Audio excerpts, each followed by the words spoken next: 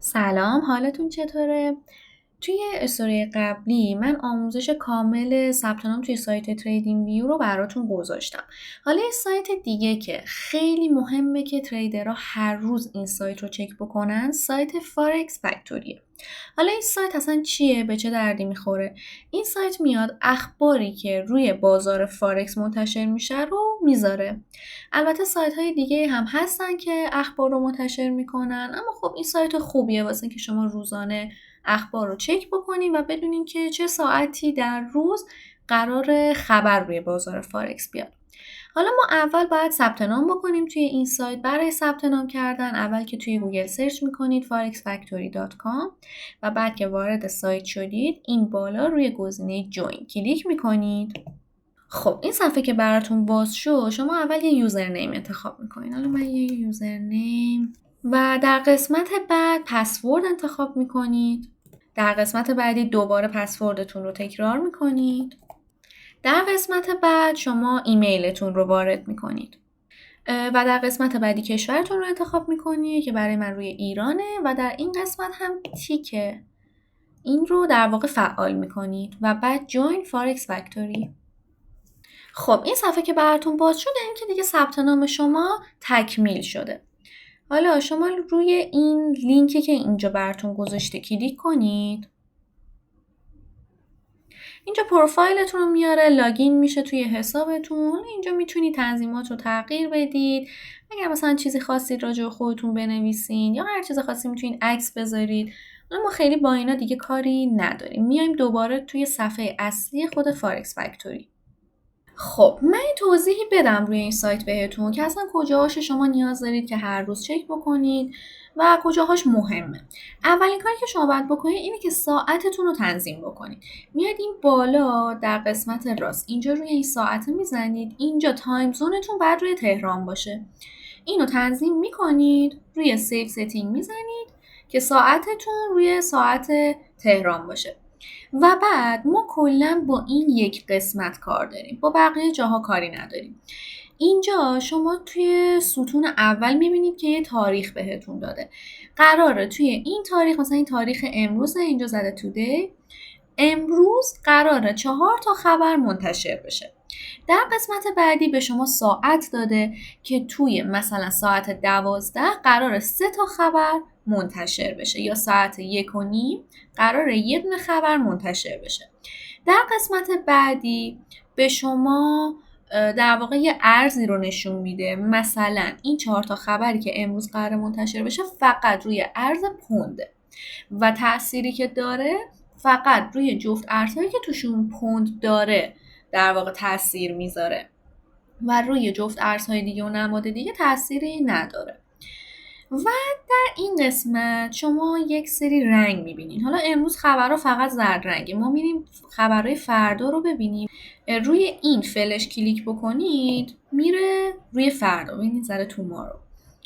اینا خبرهایی که قرار فردا منتشر بشه. مثلا ما فردا خبر روی ارز پوند، ین، دلار استرالیا، یورو و الی آخر فردا کلا خبر زیاد داریم. اینجا شما میبینید که جلوی یه سری خبر رنگ زرد گذاشته، رنگ قرمز گذاشته و نارنجی گذاشته. حالا اینا چیه؟ اخباری که قرمز رنگه یعنی خبرهای خیلی خیلی مهمیه و تأثیر زیادی روی بازار میذاره، باعث نوسان شدید میشه. مثلا این خبر یورو قرمز رنگه، پس روی ارز یورو، روی جفت ارزهایی که در واقع توشون یورو داره تأثیر میذاره و باعث نوسان شدید میشه. حالا خبرهایی که روی ارز USD میاد، مثلا توی این قسمت ما 2 تا خبر خیلی مهم روی ارز USD داریم. خبرهایی که روی ارز USD هستن روی کل بازار تأثیر میذارن، چون که کل بازار از دلار آمریکا تأثیر میگیره. به خاطر همین این خبرها مهمن، روی تمامی جفت ارزها، روی تمامی نمادها تأثیر میذارن. پس خبرهایی که قرمز رنگن خبرهای مهمی هستن. خبرهایی که نارنجی هستن خبرهای نیمه مهمی هستن، خیلی باعث نوسان شدید نمیشن اما خب یه نوسانهای خاصی به بازار میدن. مثلا این خبر روی یورو یا این خبر روی دلار بهتره که نگاه ریزی بهشون داشته باشین، چون ممکنه نوسان‌هایی بدن به بازار. خبرهای زرد رنگ خیلی خبرهای مهمی نیستن، بیشتر جنبه اطلاع رسانی دارن، اونقدر باعث نمیشه که بازار جابجا بشه روی این اخبار و خیلی نیازی نیست که شما این خبرهای زرد رنگ رو جدی بگیرید. و اصلا واسه این که شما حالا خیلی دیگه این قسمت در واقع این تیبلتون شلوغ نشه، اینجا سمت راست ما یک گزینه داریم نوشته فیلتر. شما روی فیلتر رو که بزنید، اینجا شما میتونید خبرها رو فیلتر بکنید. با این قسمت کاری نداشته باشین، روی این قسمت شما میتونید تیک زرد و نارنجی رو مثلا بردارید، فقط به شما خبرهای قرمز رنگ رو نشون میده، خبرهای مهم رو فقط بهتون نشون میده. یه سری اخبار هم داریم که سفید رنگه، این سفید رنگ ها اصلا چیز خاصی نیست، مناسبت ها، هالیدی ها، اینها رو بهتون نشون میده. مثلا یه سری روزا بانک هالیدی، تعطیلات در واقع بانک ها هستش، با خبر سفید رنگ فقط به شما اطلاع رسانی میکنه که آقا مثلا فلان روز ما بانک هامون تعطیله. شما میتونید تیک این هم بردارید و اپلای فیلتر رو که بزنید فیلتر میشه. توی این قسمت هم شما میتونید ارزها هم فیلتر بکنید. مثلا شما کلا با ارز NZD کاری ندارید، روش هم ترید نمیکنید، پس تیک این رو اصلا بردارید. ین، پوند، یورو، اگر شما روی این ارزها اصلا ترید نمیکنید، تیک اینا رو بردارید که خیلی تیبلتون شلوغ نشه، گیج هم نشید. مثلا یه سری فقط اخبار USD رو نگاه میکنن، چون که روی کل بازار تاثیر میذاره، فقط اخبار USD و قرمز رنگش رو نگاه میکنن یا نهایتا نارنجی رنگ. حالا ما میتونیم اینا رو تیکاشو دیگه به سلیقه خودمون فعال کنیم. حالا من میذارم اینا بمونه اخبار قرمز رنگ، اپلای فیلتر رو که میزنم میبینید همه اونا رو فیلتر کرد، فقط اخبار قرمز رنگ رو واسه من نگه داشت. حالا ما توی این قسمت یه سری پوشه داریم. مثلا الان من روی پوشه این خبر وسطیه میزنم، اینجا یک سری توضیحات و دیتیل راجع به اون خبر بهتون میده. خیلی نیازی همشو بخونی، خیلی به کارتون نمیاد، فقط این سومیه براتون مهمه. اخبار نسبت به مقدار پیش بینی شده شون تأثیر روی بازار میذاره. یعنی چی؟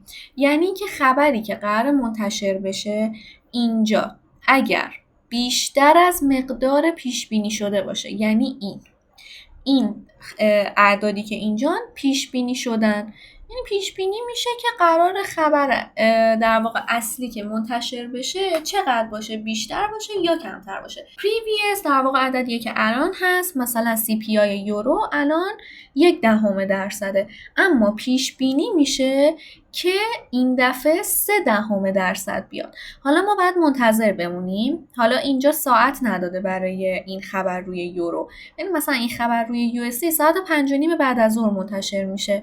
5:30 بعد از ظهر ما باید ببینیم که این خبر بیشتر از مقدار پیش بینی شده میاد یا کمتر از مقدار پیش بینی شده.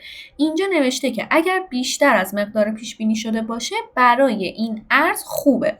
یعنی چی؟ یعنی اگر بیشتر بیاد دلار آمریکا رشد میکنه و اگر دلار آمریکا رشد بکنه، جفت ارزهایی که طرف دومشون USD مثل یورو USD، پوند USD، AUD USD میریزن، به خاطر اینکه طرف دومشون USDه، و جفت ارزهایی که طرف اولشون USD مثل USD CAD USD اینا میرن بالا.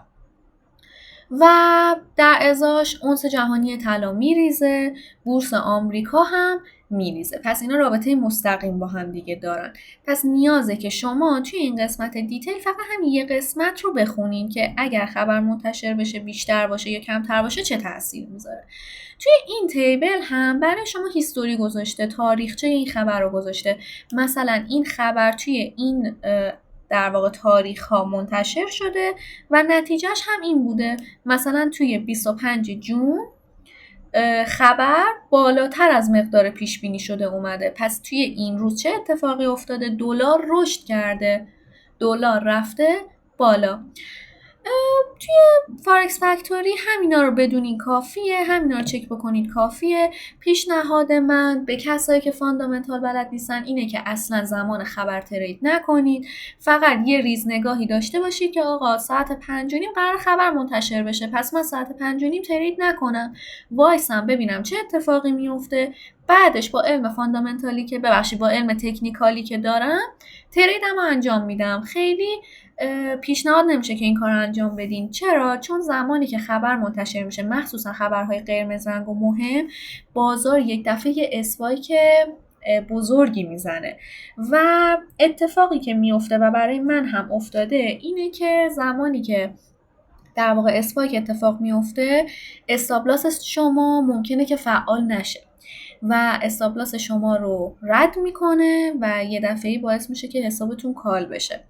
پس اگر علمشو ندارید و مطمئن نیستید که خبر قراره به چه صورتی باشه، توی این تایم ها ترید نکنید. باز اگر سوالی داشتید دایرکت ازم بپرسید، راهنماییتون میکنم.